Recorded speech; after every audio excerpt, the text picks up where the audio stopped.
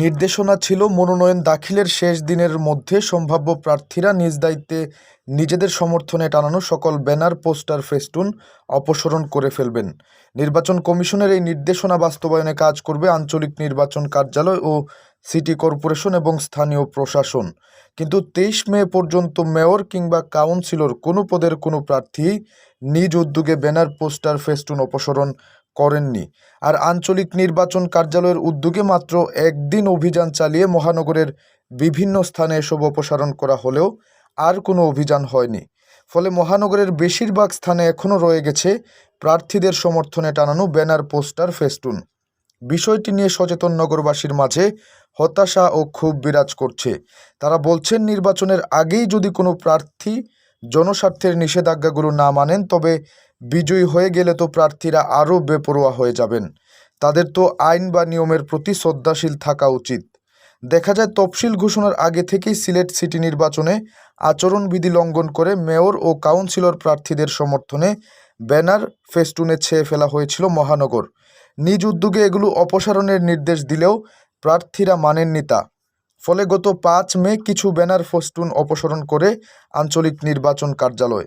সেদিন বেলা 11টার দিকে মহানগরের মেন্দিবাগস্থ সিলেট আঞ্চলিক নির্বাচন কার্যালয় থেকে 4টি টিম বের হয়ে বিভিন্ন স্থানে এ অভিযান চালায়।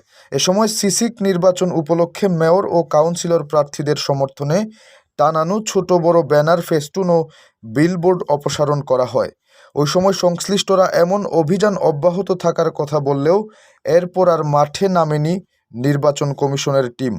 পরবর্তীতে 23 মে পেরিয়ে গেলেও বাকি ব্যানার, ফেস্টুনগুলো রয়ে গেছে মহানগরের বৈদ্যুতিক খুঁটি, বাঁশ, গাছে।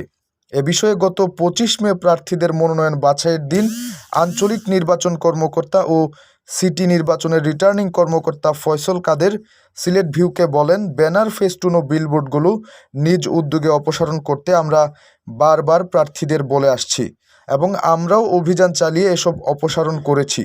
সকল প্রার্থী মনোনয়নপত্র সংগ্রহের সময় আমাদের কাছে লিখিতভাবে অঙ্গীকার করেছেন যে তারা নিজ উদ্যোগে এগুলো সরাবেন। এছাড়াও মহানগরের প্রতিটি ওয়ার্ডে আমরা মাইকিং করে প্রার্থীদের সতর্ক করেছি। এরপরও যারা সরাননি তাদের বিরুদ্ধে আমরা ব্যবস্থা গ্রহণ করব। আগামী 21 জুন ইভিএমে অনুষ্ঠিত হবে সিলেট সিটি নির্বাচন। গত 27 এপ্রিল থেকে সিলেট আঞ্চলিক নির্বাচন কার্যালয়ের রিটার্নিং কর্মকর্তার কাছ থেকে মনোনয়ন ফর্ম সংগ্রহ করেন প্রার্থীরা। সংগ্রহ ও জমা দেওয়ার শেষ দিন ছিল 23 মে। সিসিক নির্বাচনে 11 মেয়র প্রার্থীর মধ্যে 5 জনের মনোনয়ন বাতিল করা হয়েছে। এছাড়া সংরক্ষিত ওয়ার্ডে 89 প্রার্থীর মধ্যে 5 জনের ও সাধারণ ওয়ার্ডে 287 কাউন্সিলর প্রার্থীর মধ্যে 6 জনের মনোনয়ন বাতিল হয়। মনোনয়ন বৈধ হওয়া প্রার্থীরা হলেন আওয়ামী লীগ মনোনীত মোহাম্মদ আনোয়ারুজ্জামান চৌধুরী, জাতীয় পার্টির নজরুল ইসলাম বাবুল, ইসলামী আন্দোলন বাংলাদেশের হাফিজ মাওলানা মাহমুদুল হাসান ও জাকের পার্টির মোহাম্মদ জহিরুল আলম, মোহাম্মদ আব্দুল হানিফ কুটু ও মোহাম্মদ ছালাউদ্দিন রিমন। আর বাতিল হওয়া প্রার্থীরা হলেন স্বতন্ত্র প্রার্থী শামসুন্নুর তালুকদার, মোহাম্মদ আব্দুল মান্নান খান, মাওলানা জাহিদ উদ্দিন, মোহাম্মদ শাহজাহান মিয়া ও মোশতাক আহমেদ রৌফ মোস্তফা। এছাড়া সংরক্ষিত 14টি ওয়ার্ডের মধ্যে 2, 3, 4, 5, 6 নম্বর ওয়ার্ডে 1 জন করে প্রার্থীর মনোনয়ন বাতিল হয়েছে। আর সাধারণ 42টি ওয়ার্ডের মধ্যে 15, 21, 28, 33, 34 ও 39 নম্বর ওয়ার্ডে 1 জন করে প্রার্থীর মনোনয়ন বাতিল করা হয়।